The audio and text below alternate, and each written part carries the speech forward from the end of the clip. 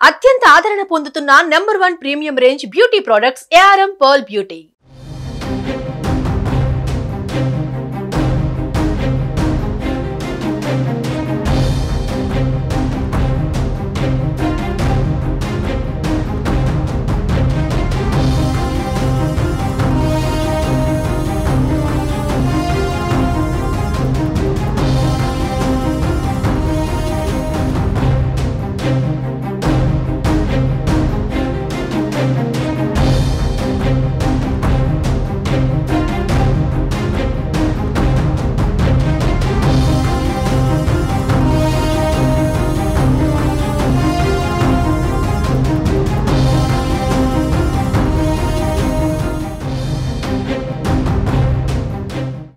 అరకు లోక్సభ స్థానం నుంచి గెలిచిన వైసీపీ ఎంపీ తనుజరాణికి ఏపీ హైకోర్టు నోటీసులు జారీ చేసింది.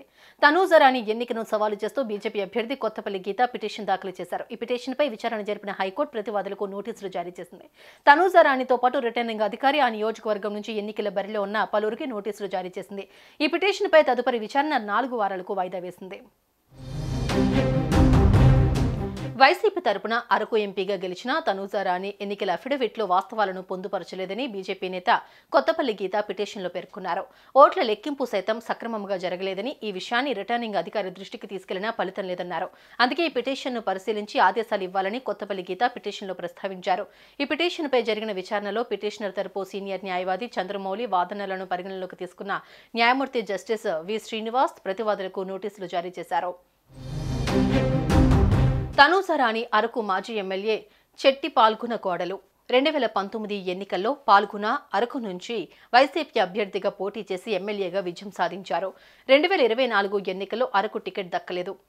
రేగా మత్స్యలింగంకు ఆ అవకాశం దక్కింది. దీంతో పాల్గొన కోడలు తనూజాకు ఎంపీగా అవకాశం ఇచ్చారు.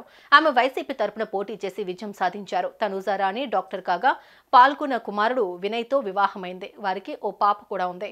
అనుకోకుండా వచ్చిన అవకాశంతో రాజకీయాల్లోకి అడుగుపెట్టారు. అరకు నుంచి ఎంపీగా విజయం సాధించారు. తనుజరాణికి పోటీగా కూటమి నుంచి బీజేపీ అభ్యర్థిగా కొత్తపల్లి గీత పోటీ చేసి 50,580 ఓట్ల తేడాతో ఓడిపోయారు. అయితే తనుజా ఎన్నికను గీత హైకోర్టులో సవాల్ చేస్తూ పిటిషన్ దాఖలు చేశారు. సుమన్ టీవీలో మీ పర్సనల్ అండ్ బిజినెస్ ప్రమోషన్స్ కోసం కింది నెంబర్కి కాంటాక్ట్ చేయండి.